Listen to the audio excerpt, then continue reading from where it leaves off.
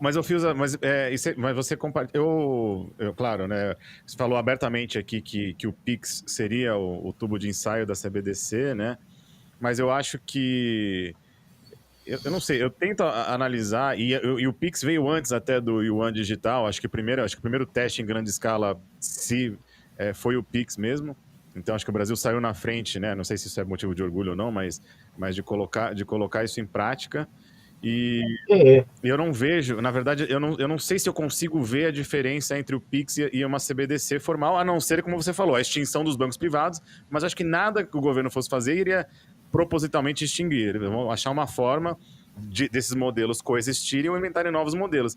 Mas eu já vejo o Pix como a implementação, a gente já está há 2 anos e pouco já com a CBDC rodando no Brasil, né? Porque é o controle total, ou seja, já temos aí, estamos dando todas as nossas informações, todas as transações passam pelo Banco Central e podem ser monitoradas e, né, eles vão falar auditadas, mas vão falar monitoradas ou controladas por um órgão central que é um órgão né, que está diretamente ligado ao governo.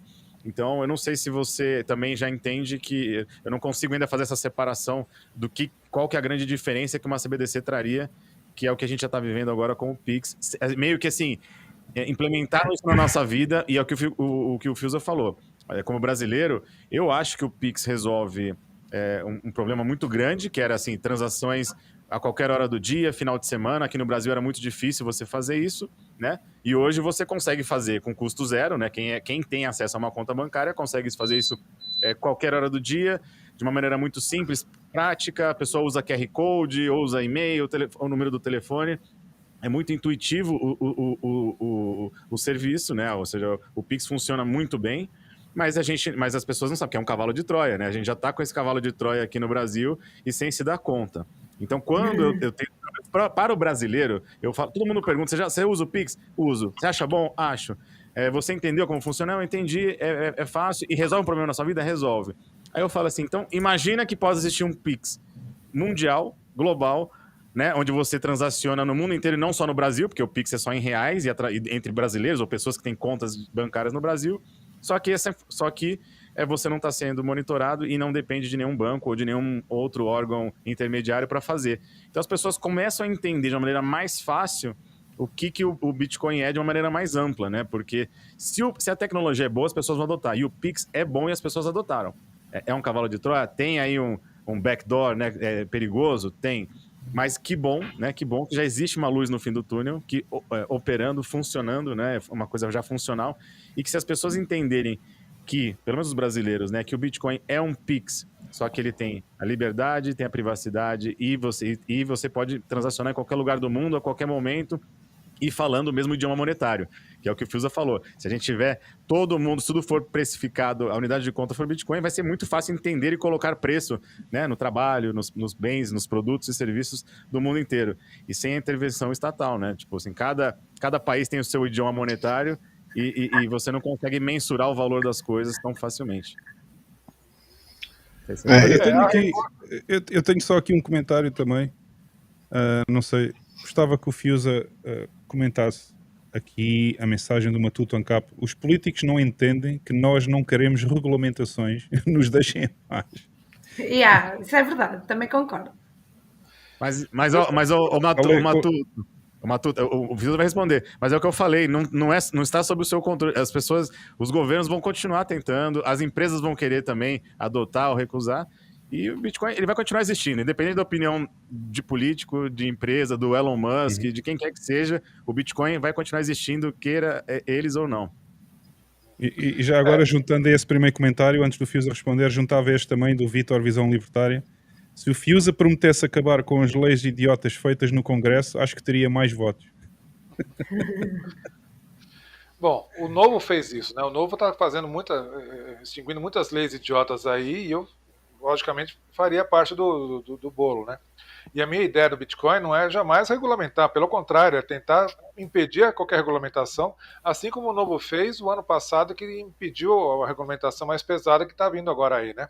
Está sendo feita uma regulamentação, já saiu do Senado, está no Congresso agora, e ela ainda não regulamenta o Bitcoin, ela regulamenta as exchanges, né?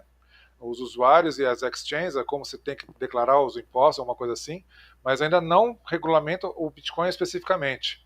E a minha ideia era justamente essa, não deixar atrapalhar o surgimento do Bitcoin. Porque todas as tecnologias que a gente compara, a curva de adoção, ela é um S deitado, né? Ela começa assim, suave, depois ela dá uma bela levantada e quase na vertical, né? E foi assim com a internet, foi assim com a televisão, com CDs, enfim. Qualquer tecnologia teve essa curva de adesão bem na vertical. O Bitcoin não seria diferente se não fosse uma coisa. O Bitcoin fere os interesses de governos, fere interesses de bancos e bancos centrais, sobretudo do Fed, o Federal Reserve dos Estados Unidos. Então, essa força contrária me deixa um pouco preocupado, né? E eu acho que a gente não pode subestimar a capacidade que eles têm de atrapalhar a adoção do Bitcoin. Então, mais uma razão que teria que ter algum representante direto lá no Congresso do Bitcoin tentar defender qualquer tentativa nesse aspecto, né? Mas você acha, eu entendo que a parte monetária é muito maior, muito mais importante, né? Mas acho que a internet também tem esse papel meio subversivo, né? De ferir vários interesses, de mídia, de governos, né? Da informação ser descentralizada, ser livre, né? A circulação de informação.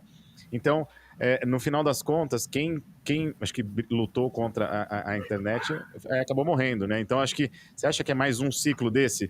Tipo assim, ou você entende que isso é uma tecnologia que vai conseguir existir independente do que você faça, então é melhor você, dentro desse contexto, como é que eu tiro o proveito disso, seja para uma comunidade, para um país, para uma empresa, do que tentar regular, proibir ou coibir as pessoas de usarem.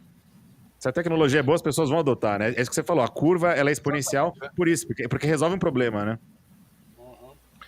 E o Bitcoin, se a gente perceber bem onde é que está surgindo, é onde são os maiores problemas, né?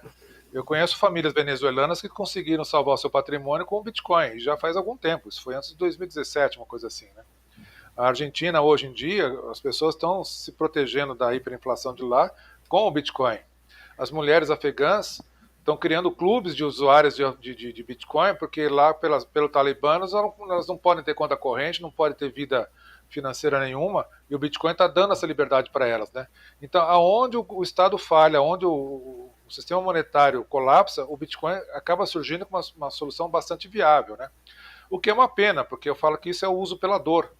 E o El Salvador já usou de uma forma estratégica, já adotou o Bitcoin de uma forma amigável, né? E está tendo, pelo que eu entendo, está tendo bastante benefício em cima disso daí, né? Talvez vocês saibam até melhor do que eu como é que está acontecendo lá.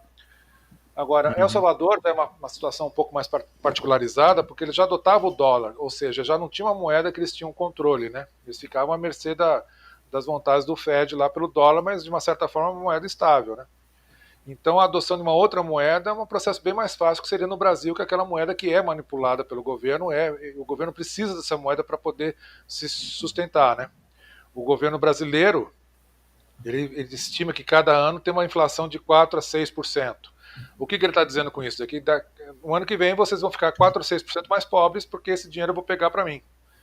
Então ele não vai abrir mão dessa receita, né? É uma receita gigantesca isso daí. E já em El Salvador já não tinha essa possibilidade de fazer, então a adoção foi mais fácil e mais estratégica. E é o que eu acho que vai acabar acontecendo. Eu acho que o próximo país que vai adotar o Bitcoin vai ser a Rússia.